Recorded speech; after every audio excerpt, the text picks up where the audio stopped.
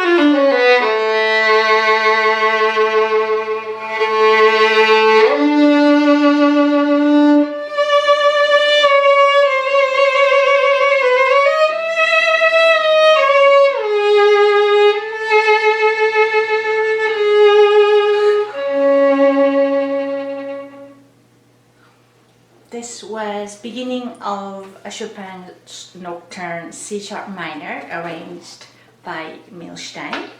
Thank you very much for tuning in. So today we're going to talk about finger extension. I made another finger extension exercises which will be posted on my Patreon page this coming Thursday. I encourage you all to check it out. You can find the links in the description below. So I'll be showing some exercises that you can do to strengthen your fingers, and then different variations or different reasons for finger extensions. But before I go into the explanation, I'd like to thank you all for your kind support, comments, questions, booking lessons with me, and sending me donations. That truly encourages me every week and also motivates me to keep going. Thank you very, very much. So, what is finger extension? Basically, when we talk about finger extension, that means we're keeping a hand in one position and then one of the finger is stretching somewhere else where it does belong. So we know when we are in the early stage of learning, our very first finger extension was introduced to us in the first position, stretching the pinky. For example, when you're playing E string, we know the fourth finger plays normally note B, and then we learn to stretch the pinky to all the way, half step up to the C, something like that. So that's very first finger extension that will get introduced. And then another one that when you start learning flat notes, then not only pinky, then the first finger gets stretched, but this time not towards us, but away from us, like this. Sorry. Now first finger, notice that I'm not moving my thumb nor my entire hand, just finger gets stretched, extended in different direction, either towards me or away from you or away from me, but it's always the left hand stays in one position. So that's when we talk, what we're talking about when we say finger extension. Basically, you're keeping your hands in the same position but stretching in some directions. Not only it happens with the pinky and the first finger, but with all fingers. In this particular piece, in this Chopin's Nocturne, I use a lot of third finger extension.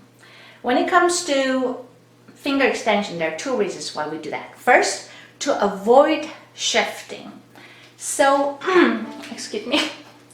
So, let's say if I have to play, and I have to play A and C, I could just stretch my pinky while staying in the same position. If I shift, one could do that, but it's harder to play. So in this case, it's better to use finger extension to avoid the shifting. Second reason for using finger extension is to help the shifting. So we do finger extension to help us to shift there without the sliding notes to be heard.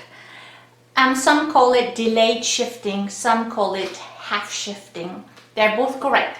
So basically here in Chopin I play here,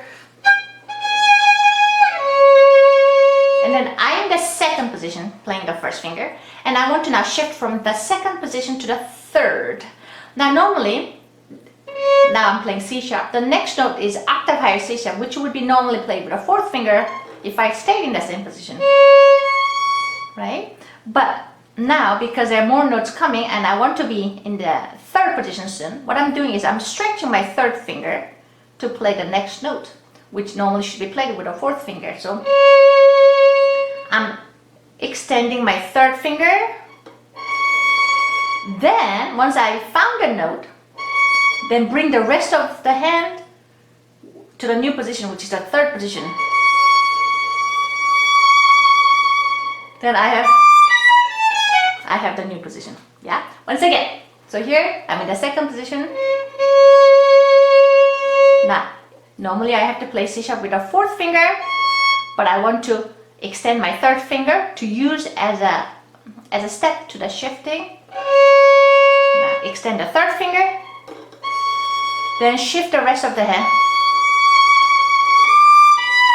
Then I'm in there. So nice thing about this half shifting using finger extension is it works beautifully, and then the shifting is very clean, and then there's no noise or sliding notes to be heard. Sometimes we use those sliding notes as a musical expression. As you heard it at the beginning of this video, I do that a lot with this particular piece because it could make the sound very emotional. But sometimes we want to avoid that one. In that case, using finger extension and bring the rest of the hand is very, very handy. Yeah. So I made some videos for my Patreon page that you could do some exercises to strengthen your fingers, and then see if you can understand how it works, and maybe you can make your playing even easier and more fun. I hope this video was helpful. Thank you for watching, and hope to see you again. Bye bye.